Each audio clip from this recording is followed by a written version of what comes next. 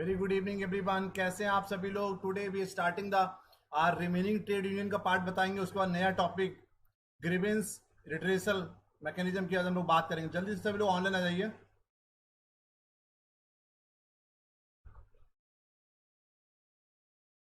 ठीक है, तो प्लीज ज्वाइन एवरीवन।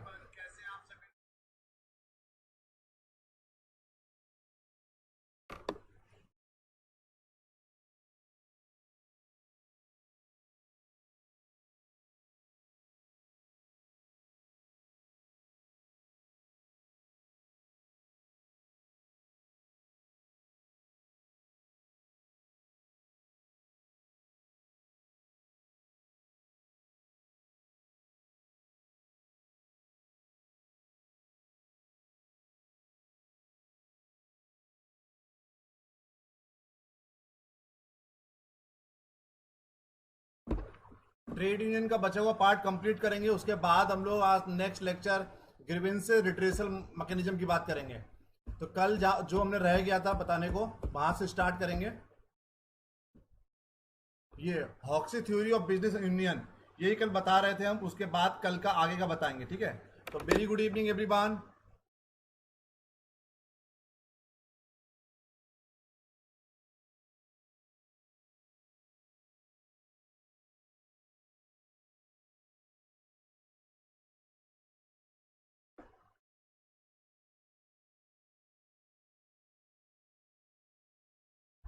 ये तो उसके आगे का पार्ट बताएंगे। तो पहले कल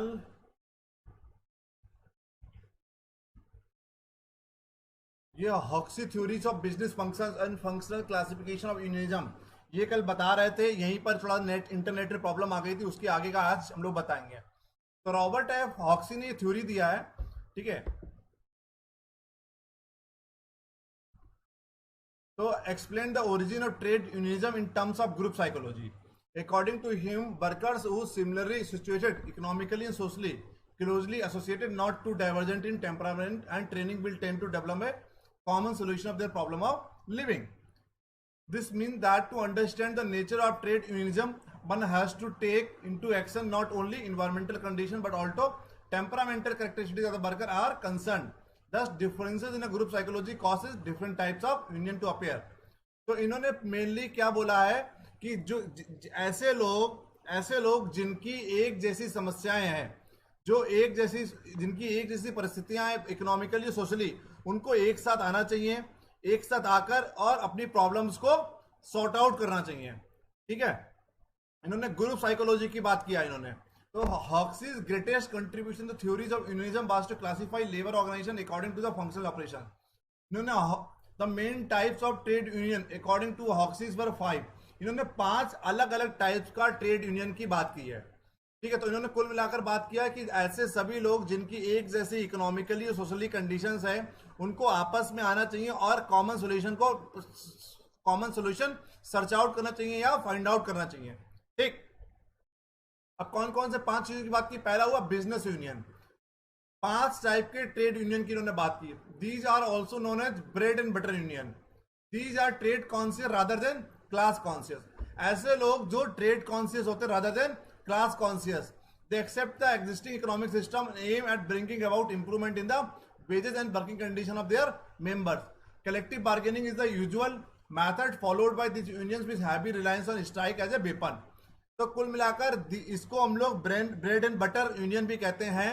दीज आर ट्रेड कॉन्शियस। ये लोग ट्रेड कॉन्शियस, ज्यादा क्वेश्चन पेपर में ऐसे पूछा जाता है, हॉक्सीज का कौन सा ट्रेड यूनियन है जो ट्रेड कॉन्शियस होता है। तो ये बिजनेस यूनियन ट्रेड कॉन्शियस होता है रादर देन क्लास कॉन्शियस। ये जो भी इकोनॉमिक सिस्टम एग्जिस्टिंग होता है उसको ये लोग एक्सेप्ट कर लेते हैं। तो they accept the existing economic system and aim at bringing about improvement in the wages. और उसके साथ साथ एग्जिस्टिंग इकोनॉमिक सिस्टम को एक्सेप्ट करने के बाद और जो एग्जिस्टिंग सिस्टम में इंप्रूवमेंट लाने की कोशिश करते हैं जिससे वर्किंग कंडीशन इंप्रूव हो और वेजेस इंप्रूव हो। इनका जो मेन टूल होता है collective bargaining. Collective bargaining is the usual method followed by these unions with heavy reliance on strike as a weapon. तो ये लोग कलेक्टिव बार्गेनिंग पे बात करते हैं। जो भी अगर इनको कोई दिक्कत होती है तो कलेक्टिवली आपस में आके अपनी बात मैनेजमेंट के सामने रखते हैं। इनका जो मेन इनका मुद्दा होता है, जो मेन इनका instrument that is called strike. अगर इनकी बात नहीं मानी जाएगी कलेक्टिव बार्गेनिंग के थ्रू तो वेपन वेपन का मेन क्या है, स्ट्राइक कर देंगे। इसको बोलते हैं बिजनेस यूनियन, क्योंकि ये ट्रेड कॉन्शियस होते हैं। अब ये फ्रेंडली और uplift union, such unions are essentially idealistic in view point. ये आइडियलिस्टिक होते हैं, आइडियल इन्हीं को माना जाता है। They may be trade, class और society conscious. They may be class, trade और सोसाइटी कॉन्शियस।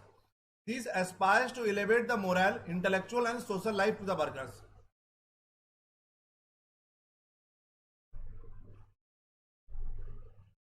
किसका example?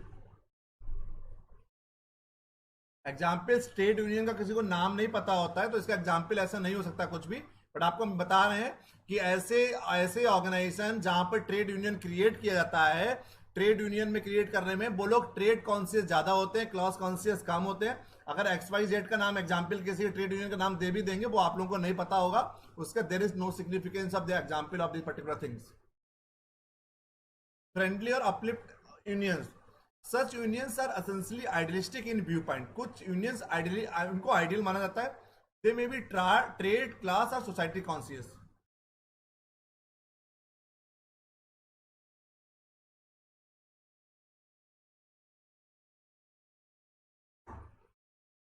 They may be trade, class or society conscious.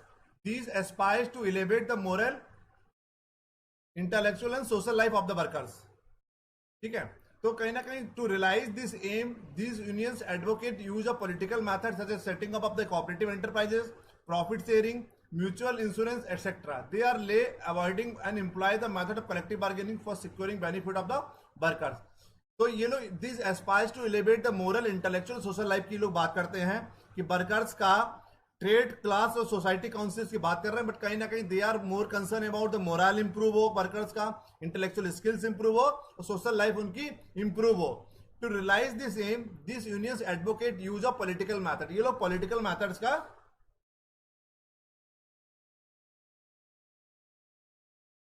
Trade conscious, जो मोर कंसर्न है ट्रेड में, class conscious is all about the employ conscious. जो लोग employ conscious हैं, जहां पर एम्प्लॉय वेलबींग्स की बात की जाती है उसको क्लास कॉन्शियस बोलेंगे। जहां पर मेन फोकस ट्रेड को किया जा रहा है, व्यापार को किया जा रहा है, बिजनेस को किया जा रहा है, उसको ट्रेड कॉन्शियस बोलेंगे। तो they are lay avoiding and employ the methods of collective bargaining for securing benefit of the workers. तो ये लोग कहीं ना कहीं कलेक्टिव बार्गेनिंग के थ्रू मैथ यूज करके और वर्कर्स के बेनिफिट की बात करते हैं। और वर्कर से कौन से बेनिफिट की? मोरल इंप्रूव हो, इंटेलेक्चुअल स्किल्स इंप्रूव हो, सोशल लाइफ इंप्रूव हो। ठीक है, और ये लोग कौन सा यूज करते हैं? जैसे यहाँ पर इनका मेन वेपन क्या था? स्ट्राइक। ये लोग पॉलिटिकल मैथड्स का यूज करते हैं। पॉलिटिकल मैथड्स जैसे setting up the corporation enterprises, cooperative enterprise बना लिए, प्रॉफिट शेयरिंग कर ली आपस में एम्प्लॉयज और लेबर्स के बीच में, या कोई दोनों ने बीच में अपना म्यूचुअल इंश्योरेंस कर लिया। ठीक है, अगला है रिवोल्यूशनरी यूनियंस। अब तो रिवोल्यूशनरी यूनियंस कौन सा होता है? Such unions are extremely radical both in view point in actions. ये बहुत रेडिकल होते हैं।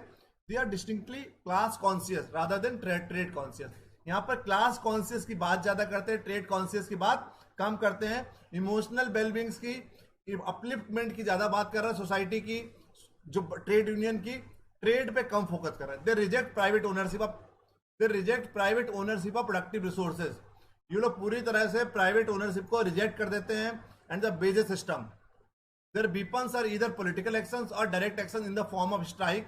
इनका मेन वेपन क्या होता है? पॉलिटिकल एक्शन लेंगे, ये direct action in the form of strike करेंगे, बॉयकॉट करेंगे, सॉर्टेज करेंगे और वायलेंस करेंगे। ठीक है,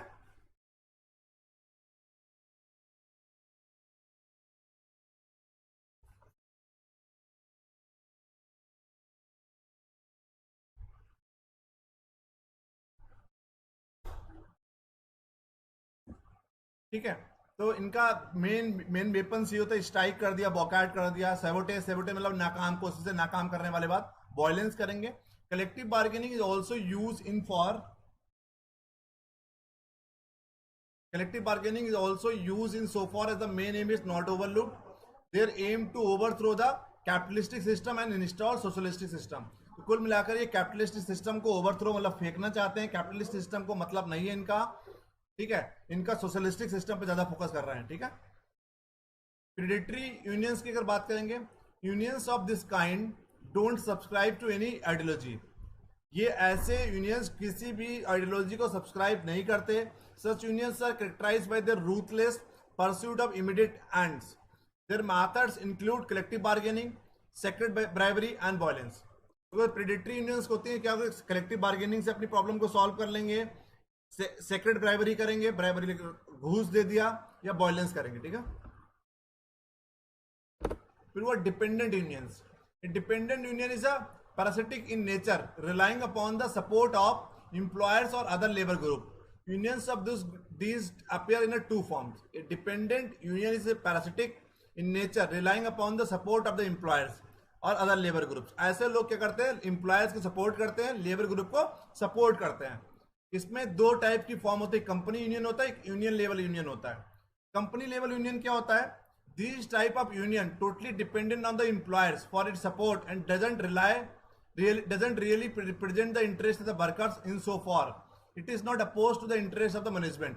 ये लोग जो कंपनी यूनियन होता है, ये लोग कहीं ना कहीं एम्प्लॉयर से सपोर्ट, एम्प्लॉयर मतलब कंपनी, टोटली कंपनी पर डिपेंड होते हैं. ठीक है. Company employer for support and doesn't really represent the interest of the workers. Workers से इंटरेस्ट से मतलब इनका कम होता है, उससे मतलब नहीं है इनका. It is not oppose to the interest of the management. Management के इंटरेस्ट को अपोज नहीं करेंगे, वर्कर्स के इंटरेस्ट को अपोज कर सकते हैं.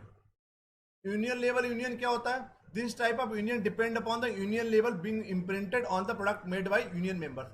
ये लोग यूनियन कंसर्न होते हैं, जो ट्रेड यूनियन होता है उसके कंसर्न होते हैं, मैनेजमेंट ओरिएंटेड नहीं होते, यूनियन ओरिएंटेड होते हैं. Hoxie predicted that with the rise of union power collective bargaining would develop into a form of industrial democracy and bring an end of the profit system. कुल मिलाकर इनके कहने का मतलब था, यूनियन पावर जितनी बढ़ेंगी, कलेक्टिव बार्गेनिंग डेवलप क्या करेगा, एक इंडस्ट्रियल डेमोक्रेसी डेवलप करेगा, प्रॉफिट सिस्टम खत्म कर देगा. अगला हो गया टेनेबॉम एंटी टेक्नोलॉजी थ्योरी. ये हमने कल बता दिया था, इंटरनेट में दिक्कत हो गई थी इसलिए आप लोग नहीं समझ पाए. टेनेबॉम एंटी टेक्नोलॉजी थ्योरी क्या है, this machine is the center of gravity in the present day industrial community. It is the dominance of machine that give rise to the trade unionism. The industrial revolution destroyed the older way of life and left the individuals workers to the mercy of the employers. The worker become completely dependent upon the machine and the employer degraded them and made them insecure.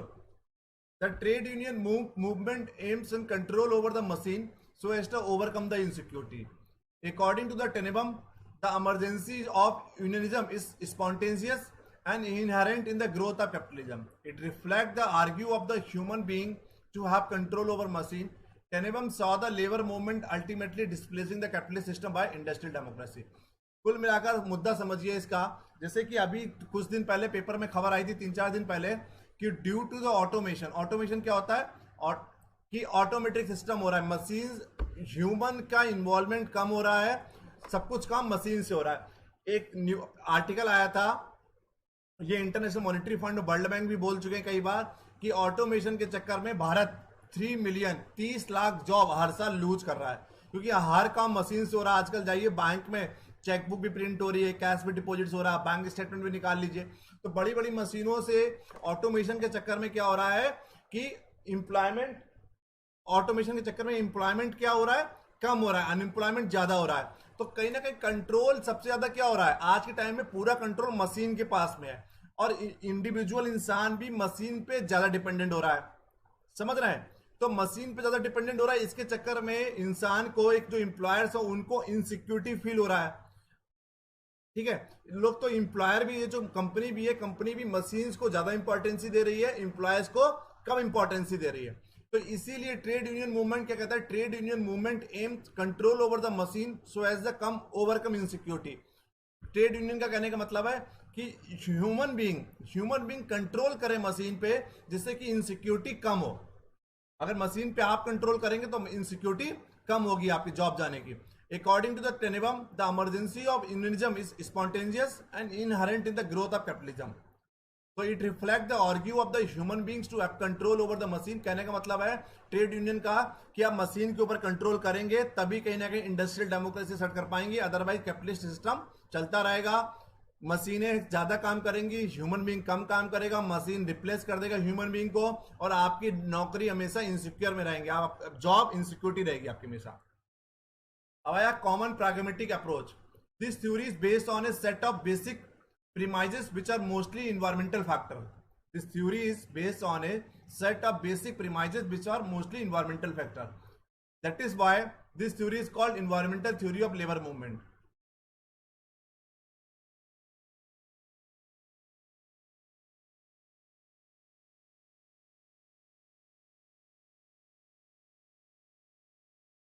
एक minute रुकिएगा.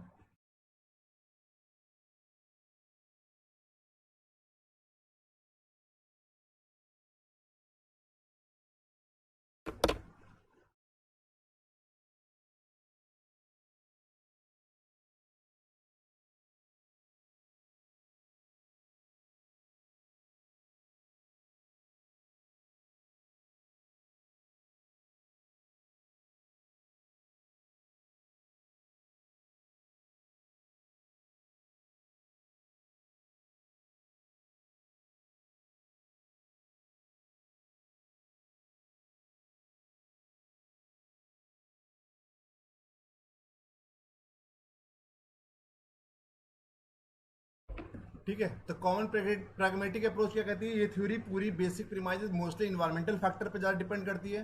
That is why this theory is also called the environmental theory of labour movement. The outcomes of the common theory of labour unionism is non revolutionary and implies non acceptance of capitalism which fail considerably short of even the web expectations of political evolution. तो कुल मिलाकर कहना था कि इनको capitalism को accept नहीं करेंगे, इन्वायरमेंट पर ज्यादा फोकस करेंगे. कुल मिलाकर ये समझिए. अब स्ट्रक्चर एक बार ये इसका स्क्रीनशॉट ले लीजिए आप. ठीक है, इसको आगे बताएंगे.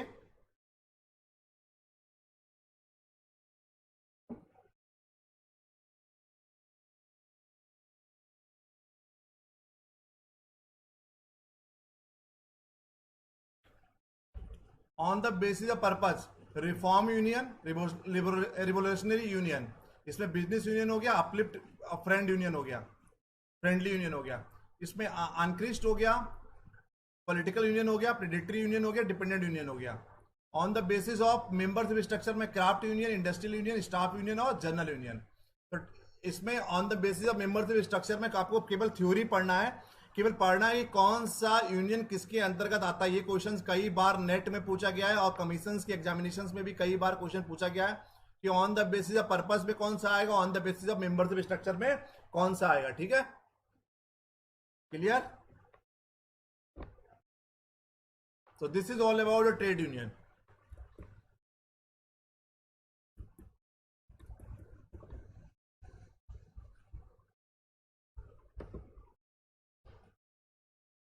अगला आया grievances redressal mechanism. Grievances redressal mechanism.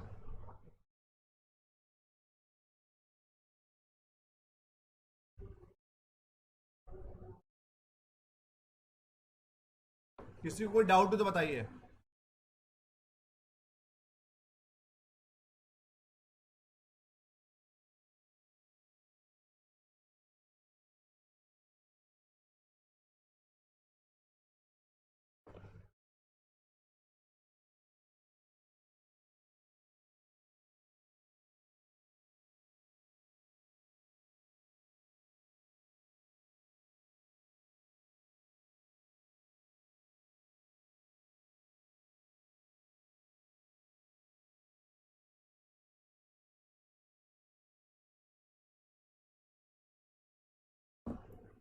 चलो एक बार आप लोग पढ़ लीजिएगा, तो कोई डाउट हो तो पूछ लीजिएगा.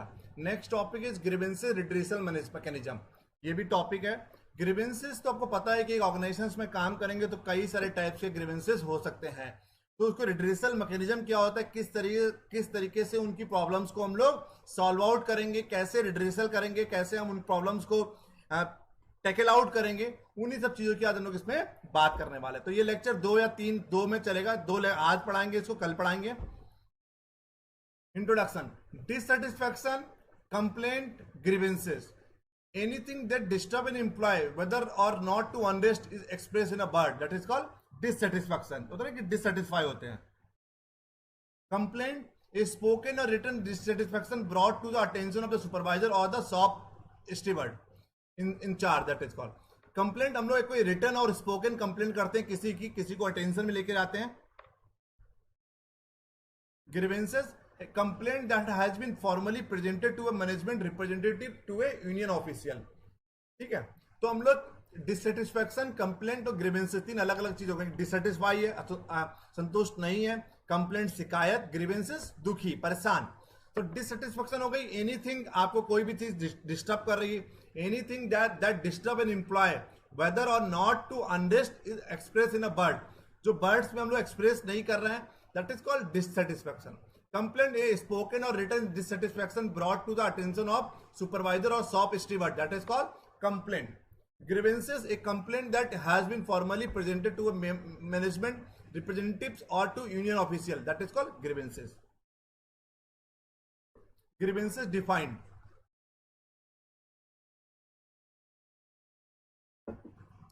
as per the international labor organization ने क्या बोला है, grievances as a complaint of one or more workers with respect to the wages and allowances, condition of work, interpretation of the services, condition covering such areas of overtime, leave, transfer, promotion, seniority, job assignment and termination of services। तो grievances एक complaint, कोई शिकायत कर रहा है one और मोर workers with respect to, एक या एक से ज्यादा वर्कर्स किसी भी चीज की कंप्लेंट कर रहे हैं with respect to wages and allowances, जो मजदूरी मिल रही है, अलाउंसेस मिल रहा है, उसके लिए कंप्लेंट किया। कंडीशन ऑफ द वर्क, जो काम कर रहे हैं उसकी कंडीशन ठीक नहीं है। इंटरप्रिटेशन ऑफ द सर्विसेज की बात करें, condition covering such areas of over time नहीं मिल पा रहा है, आपको छुट्टी नहीं मिल रही, ट्रांसफर नहीं हो रहा, प्रमोशन नहीं हो रहा, seniority, job assignment, termination of the services.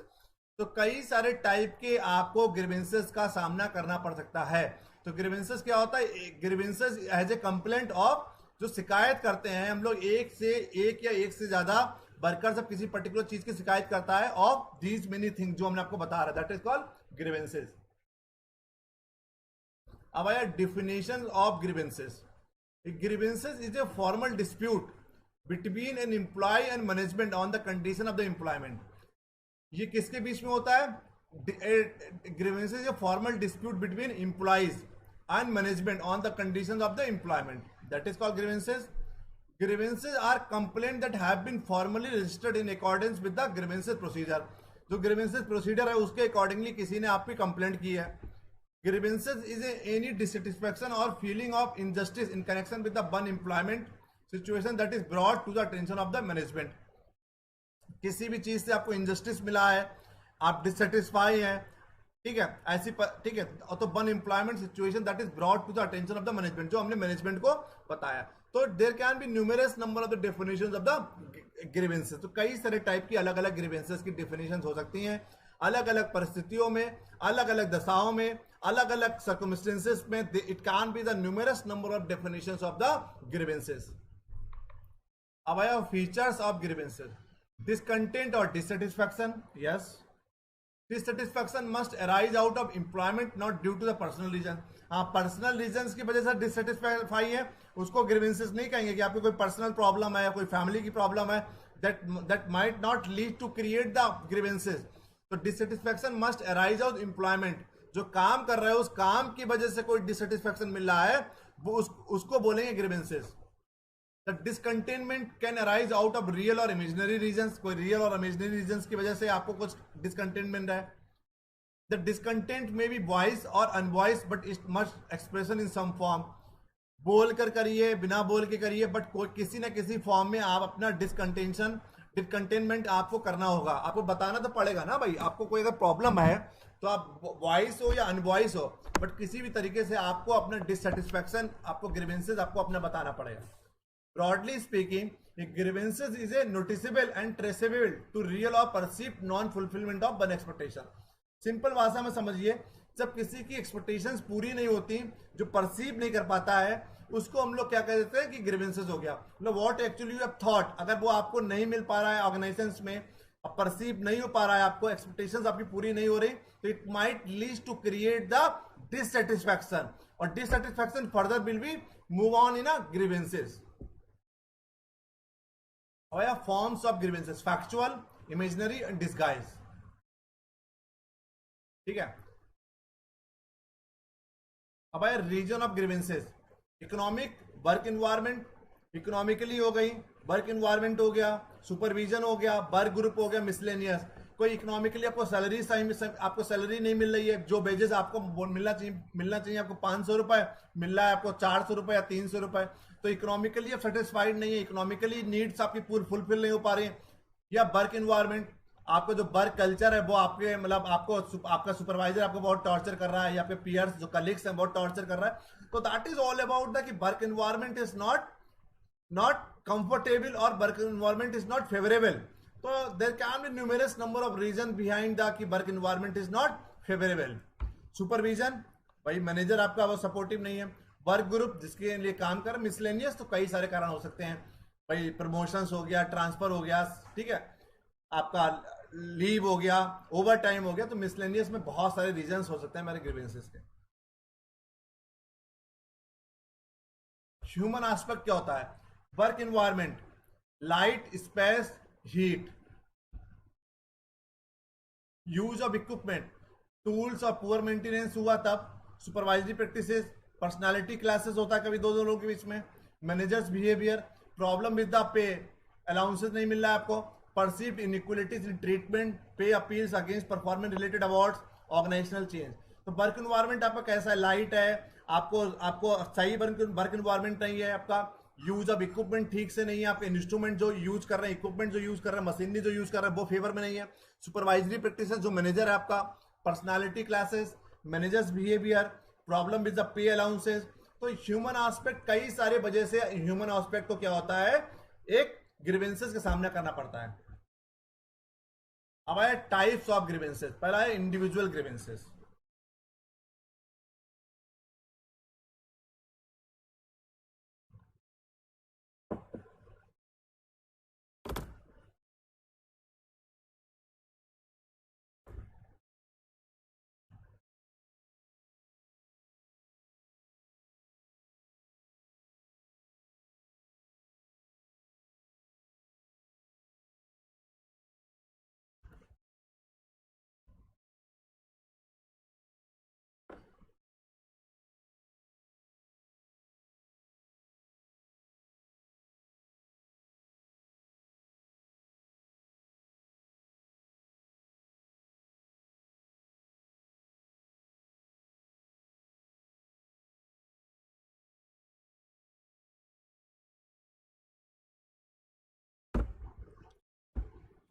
Forms of grievances में आप कौन पूछ रहा है ये? यस, लक्ष्मी। देखिए फैक्चुअल क्या होता है? फैक्चुअल तो हो गया जो फैक्ट एंड फिगर के बेसिस पे हो रही है।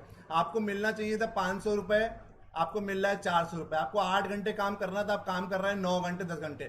तो ऑन द बेसिस है, तो what ever the fact and figure, जो फैक्चुअल ग्रीवेंसेस है, जो एक रिटर्न आपको कुछ बोला गया, काम आप कुछ कर रहे हैं, that is called factual grievances. Imaginary, आपने कुछ सोच के रखा था, आपने सोचा था कि हम ऐसी जगह पे काम करेंगे तो you will get this type of satisfaction. तो इमेजिनरी एक काल्पनिक ग्रीवेंसेस हो गया आपका, ठीक है, कि आपको जो जैसा सोचा था वैसा आपको नहीं हो पा रहा है। तो एक इमेजिन, आपने before joining any organisation what actually you have thought, जो आपने सोच के रखा था बट वो आपका पूरा नहीं हो पा रहा। डिसगाइज होता है कि डिससेटिस्फाई विदाउट, आपको रीजन नहीं पता है। डिसगाइज ग्रीवेंसेस होता है you are dissatisfied but even you don't know what is the reason behind it. Clear? तो it arises, disguise grievances, it arises when employed is dissatisfied due to the reason unknown to them। उसको reason ही नहीं पता कि क्यों वो परेशान है, क्यों ग्रीवेंसेस है। These grievances arise when the psychological needs of employment have not been met। ये तभी होता है जब आपकी साइकोलॉजिकल नीड्स आपकी पूरी नहीं होती। समझ गए लक्ष्मी? फैक्चुअल मतलब whatever the written documents has given to you और वो फुलफिल नहीं हो रहा है। इमेजिनरी, जो काल्पनिक जो आपने सोच के रखा था। डिसगाइज, जो साइकोलॉजिक, आपको एक्चुअली में डिससेटिस्फाई है, आपको रीजन नहीं पता क्या है। उसका एक रीजन ये हो सकता है कि साइकोलॉजिकली नीड्स आपकी पूरी नहीं हो रही, that is the only reason आपको ग्रीवेंसेस हुआ। कोई डाउट इसमें? अब आया टाइप्स ऑफ ग्रीवेंसेस। पहला हुआ individual grievances. Complaint that an action by management has violated the right of an individual as set out in the collective agreement or law or by some unfair practices. The discipline, demotion, classification dispute, denial of the benefit etcetera. तो individual grievances क्या हो गया, कोई discipline में नहीं है, किसी का डिमोशन कर दिया आपने, classification dispute, denial of the benefit, benefit देने को मना कर दिया, जिसको बोलते हैं हम लोग individual grievances. The complaint that an action by the management has violated the right of an individual. एक इंडिविजुअल्स की मैनेजमेंट ने क्या करा, कुछ एक इंडिविजुअल्स के राइट ले लिए, इंडिविजुअल्स को परेशान, इंडिविजुअल्स को कोई आपको क्या बोलते हैं, कुछ उसका डिमोशन कर दिया, पर बेनिफिट देने को मना कर दिया, that is called individual grievances. एक इंडिविजुअल एक इंसान के लिए हो गए। ग्रुप ग्रीवेंसेस क्या होते हैं, complaint by a group of individuals, for example a department or a shift that has been affected by the same way and at the same time by an action taken by the management. An example of a group grievances would be where the employer refused to pay shift premium to the employees who work in afternoon shift when the context entitled them to it। कुल मिलाकर group grievances का मतलब है कि पूरे group को grievances हो गया। मतलब इसका एग्जांपल हमने दिया है कि जो लोग नाइट शिफ्ट में काम करेंगे उसको एक एडिशनल पे मिलना है, बट एडिशनल पे नहीं दे रहा है। वो कह रहा है कि आप इंटाइटल हो, मैनेजमेंट करा आप इंटाइटल हो, आपको रात में भी काम करना पड़ेगा, दिन में भी काम करना पड़ेगा, एक शिफ्ट चूज करनी पड़ेगी, whether you can choose day shift और नाइट शिफ्ट। तो आपको काम बराबर 8 घंटे ही करना है, तो हमको आपको नाइट का या आपको डे का, आपको कुछ इंटाइटल अलग से कुछ इंटाइटल नहीं हो आप, तो इट माइट, तो उसकी किसी ने कंप्लेंट कर दी, that is called group grievances. तो ग्रुप ग्रीवेंसेस क्या हो गई कि group of individuals, complaint by group of the individuals. For example department, आपका एग्जांपल दे दिया हमने आपको कि ऐसे पूरे का पूरा ग्रुप क्या हो गया, परेशान है, डिससेटिस्फाई, इसको बोलते हैं ग्रुप ग्रीवेंसेस। फिर हुआ policy grievances, complaint by the union that an action of management और फेल्यूर और refusal to act, violation of the agreement that could affect all who are covered by the agreement. Group grievances are often treated as a policy grievance. For example, management assign a study day shift employees to work on off shift without regard to seniority. कुल मिलाकर policy grievances का मतलब है आपको policy में कुछ लिख के दिया गया था, रूल्स रिजिड, रिटन डॉक्यूमेंट्स में कुछ और कह रहा है और आपने क्या करा, उनका वॉयलेशन करा है, that is called policy grievances. आपसे बोला था कि 9 से 5 काम करना है, काम आप करा रहे हैं 9 से 6, तो whatever the rigid, whatever the rules and regulations, whatever the rules and regulation prescribed by management to you, जो भी एक नियम बताए गए थे मैनेजमेंट के द्वारा आपको, वो मैनेजमेंट ही फॉलो नहीं कर रहा, उसकी वजह से क्या हो रहा है, पूरा इंप्लॉयज क्या हो रहे हैं, सफर कर रहे हैं, उनको डिससेटिस्फैक्शन मिल रहा है, that is called types of grievances में policy grievances. Effect of grievances, grievances का इफेक्ट क्या होता है ऑन प्रोडक्शन, भाई लोग दुखी होंगे, डिससेटिस्फाई होंगे, तो क्या होगा, low quality of production, low productivity, increase in the wastage, increase in the cost of production. तो क्या होगा, लो क्वालिटी ऑफ प्रोडक्शन होगा, लोग काम ठीक से नहीं करेंगे, प्रोडक्शन कम, प्रोडक्टिविटी कम होगी, लो प्रोडक्टिविटी होगी, वेस्टेज ज्यादा होगी, increase in the cost of production, production की कॉस्ट बढ़ जाएगी। ऑन एम्प्लॉयज इंक्रीज अब्सेंटिज्म, लोग नौकरी पे नहीं आएंगे, छुट्टी लेंगे ज्यादा, अब्सेंटिज्म बहुत ज्यादा होगा। Reduction in level of commitment, employees commitment अपना खत्म कर देंगे, ज्यादा कमिटमेंट से काम नहीं करेंगे। इंक्रीज इन द एक्सीडेंट बहुत ज्यादा होने की चांस रहेगी। Reduce the level of employees moral, और एम्प्लॉयज का मोरल भी कम होगा। ऑन मैनेजर्स पे क्या फर्क पड़ेगा, stand superior subordinate relation superior और सबऑर्डिनेट का रिलेशन खराब होगा। नीड फॉर इंक्रीज सुपरविजन, उनको क्या होगा, सुपरविजन और करना पड़ेगा, अपना जितना वो सुपरवाइज कर रहे हैं तो और सुपरवाइज करना पड़ेगा, कंट्रोल और करना पड़ेगा। Follow up, increase in the unrest, thereby machinery to maintain the industrial peace. तो कुल मिला के क्या होगा कि मैनेजर्स को क्या फर्क पड़ेगा, सबऑर्डिनेट और सुपीरियर्स का रिलेशन खराब होगा, सुपरविजन ज्यादा करना पड़ेगा, कंट्रोल ज्यादा करना पड़ेगा, ठीक है। अब आया benefit of grievances handling procedures. उसका बेनिफिट क्या होता है, it encourage employees to raise concern without fear of reprisal, benefit तो हो गई होगा। It provide fair and speedy means of dealing of grievances, it provide minor disagreement developing into the more serious disputes, it saves employer times and money as a solution for or found for workplace problem, it help build in organisational climate based on the openness and trust. Simple है बहुत।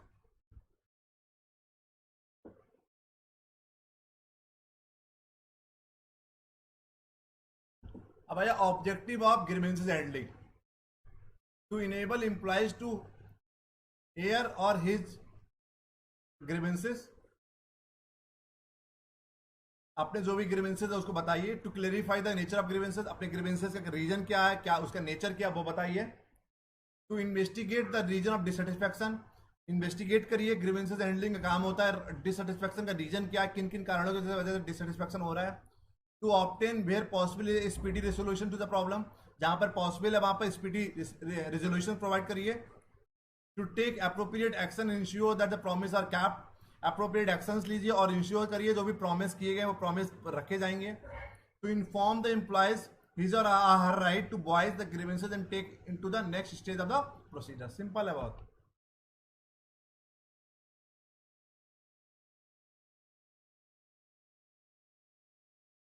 आज के लिए इतना ही है। कल से class आपकी फिर से 6 बजे होगी। कल से क्लास शाम को 6 बजे फिर दोबारा, ठीक है।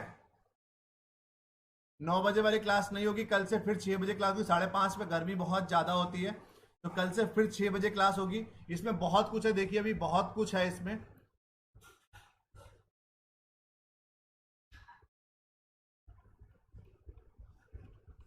बहुत कुछ है अभी इसमें, तो कल बचा हुआ कल पढ़ाया जाएगा। तो ऑलमोस्ट एचआर के टॉपिक कंप्लीट, आज कल के बाद एचआर के सभी टॉपिक कंप्लीट हो जाएंगे। कल के बाद एचआर के ऑलमोस्ट सभी टॉपिक कंप्लीट हो जाएंगे। और आपका मंडे को नोट्स सभी दे दिए गए। मंडे को एचआर का टेस्ट होगा, आपका पूरा पेपर होगा मंडे को। एचआर का ऑब्जेक्टिव टाइप क्वेश्चन पूछे जाएंगे। आपको 1 घंटे का टाइम दिया जाएगा, 1 घंटे में आपको पूरा क्वेश्चन करना है। उसके बाद वही क्वेश्चन हम आपको यूट्यूब पे डिस्कस करेंगे, ठीक है। कोई डाउट? मंडे ठीक है या डेट आगे बढ़ा दें? मंडे के भी सफिशिएंट टाइम है, 5-6 दिन है। कल हम आपका एचआर का सिलेबस कंप्लीट कर देंगे, कल नहीं तो परसों तक की 100% सिलेबस आपका एचआर का कंप्लीट हो जाएगा। जितना आपको पढ़ाएगा उसी से क्वेश्चन पूछे जाएंगे। आप लोगों को 40 मिनट 50 मिनट का टाइम दिया जाएगा, 50 क्वेश्चन आपसे पूछे जाएंगे। और उसके बाद हम लोग यूट्यूब पे उसको डिस्कस भी करेंगे लाइव क्लास में। कोई डाउट? मंडे ठीक है। और कल से शाम को 6 बजे क्लास होगी, ठीक है।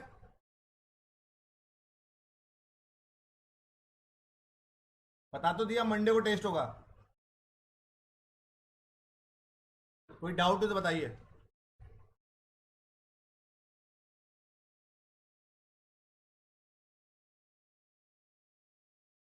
Anyone is having problem with the Monday, so please do tell me.